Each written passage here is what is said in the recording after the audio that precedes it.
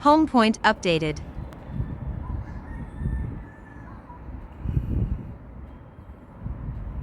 Testingin naman natin siya ngayon, different direction.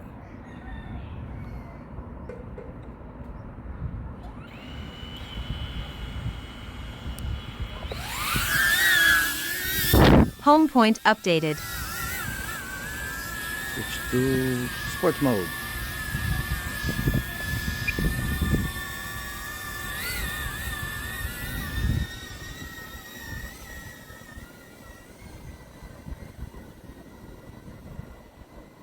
Upwind tayo ngayon.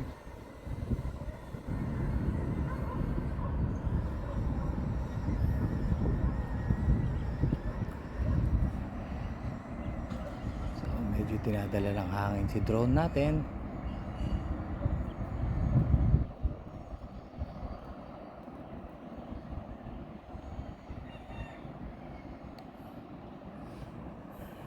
Battery 91%.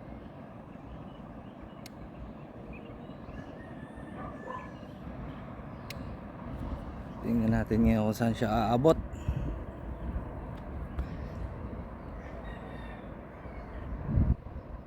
Passing through Startol.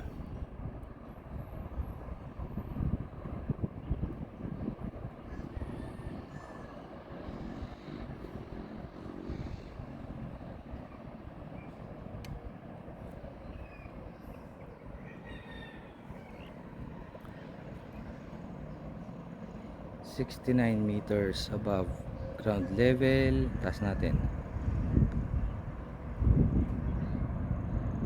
70, 71, 74, 75. Upwind tayo ngayon. Upwind 81, 82, 83, 84, 85. Stay tayo sa 85.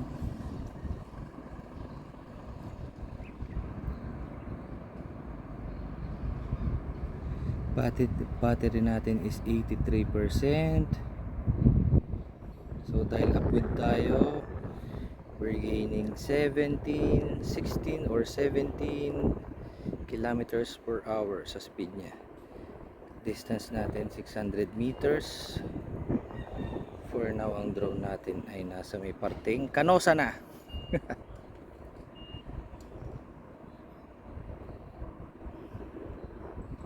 Satellite signal connected to 21, fluctuating 2021. Canosa area na yung drone natin. 700 meters.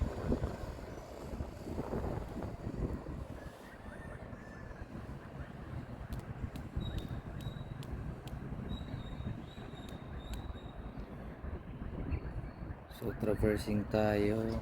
Wow, strong wind pa rin.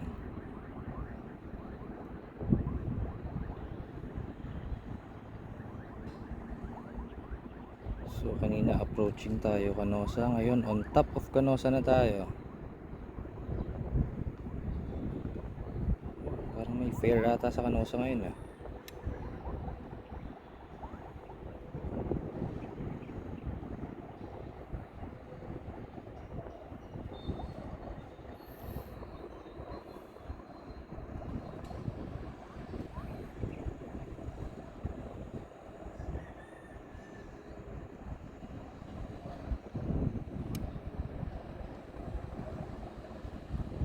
70% battery.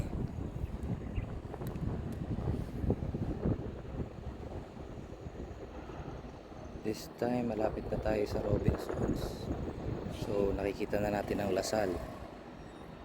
There. Lasal na tayo. So pagpatakuli natin ng 50% battery, pababalikin na natin siya. This time nasa 1 kilometer away from bahay kung saan tayo nagpalipad.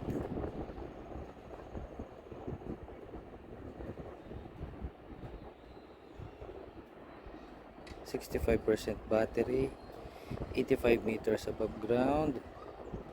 1.1 kilometers. Yung Lasal. So sa left side, yan na yung Robinsons. 62%. Tingnan natin kung hanggang saan tayo aabot. Taas pa natin siya ng konti to 90.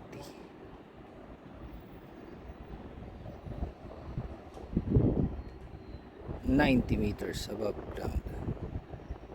60% battery. 1.3 kilometers. So may taas na tayo ng Robinson dito sa left side natin. Ayan si Robinson, oh.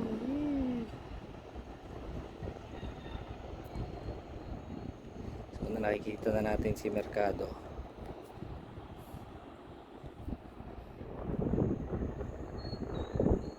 1.5 kilometers, 56% battery. So mahirapan tayong pabalikin kasi mag-upwind na uli yung ating try natin pabalikin siya ng return to home. So 54% battery. Dito na tayo malapit sa Mercado. 53. So far, signal natin malakas. 27 ang ating satellite connection. Fluctuating 29 maximum. Battery level is low. Aircraft will Level return to low the down. home point in 10 seconds. Pabayaan natin siya mag-return home. Confirm. Low battery. Return to home promptly. Return to home.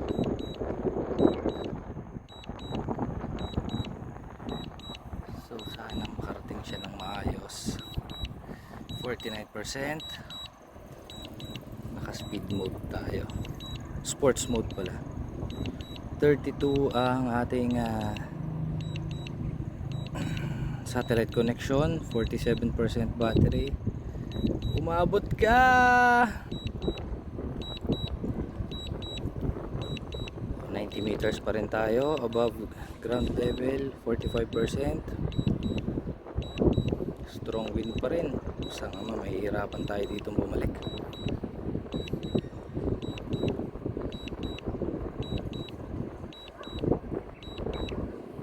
Strong wind warning. 44% battery. So going down tayo 1.3 kilometers. So traversing siya pabalik 25 kilometers per hour. So as of this moment, andito na tayo pabalik, no. Nakakakaba. 1.1 kilometers. Palampas na ulit tayo sa Canosa. 39% battery. 1 kilometer away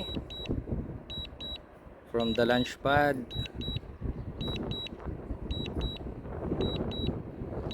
1 kilometer down, counting down.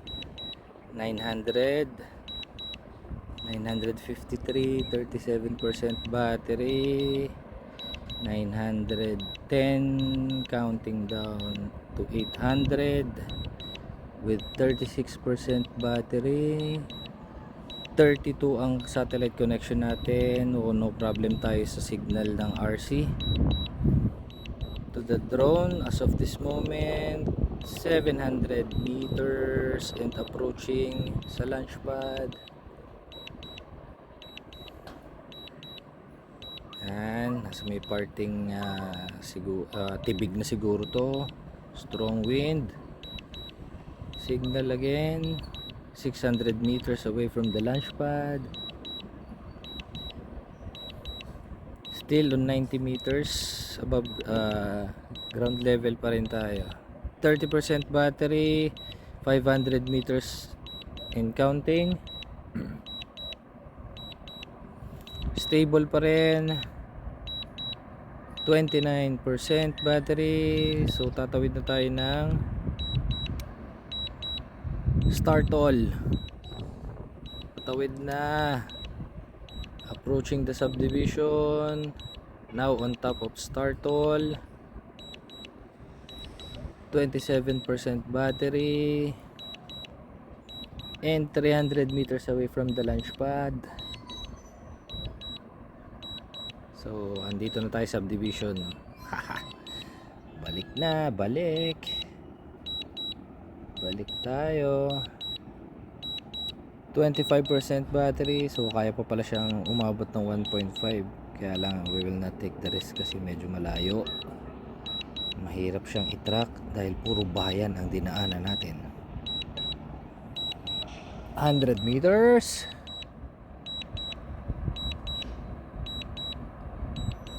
Sa sobrang liit niya, hindi ko siya makita. Nandito na siya sa may tapat siguro natin. Oh, there you are. So, 20 meters, 15 and counting down. Aligning to the launch pad. And commencing landing.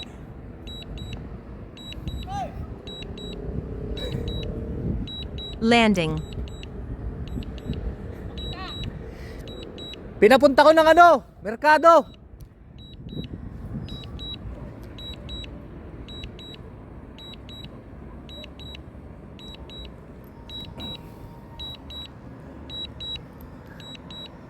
So, landing tayo.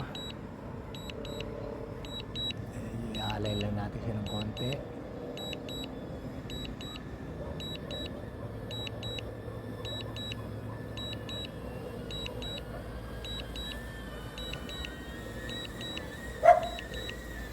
Kasi siya nakatutok. Ayan na siya.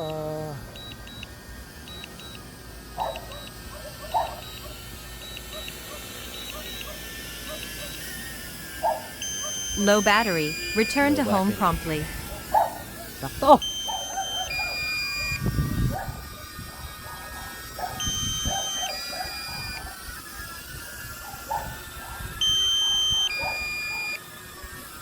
So that's it.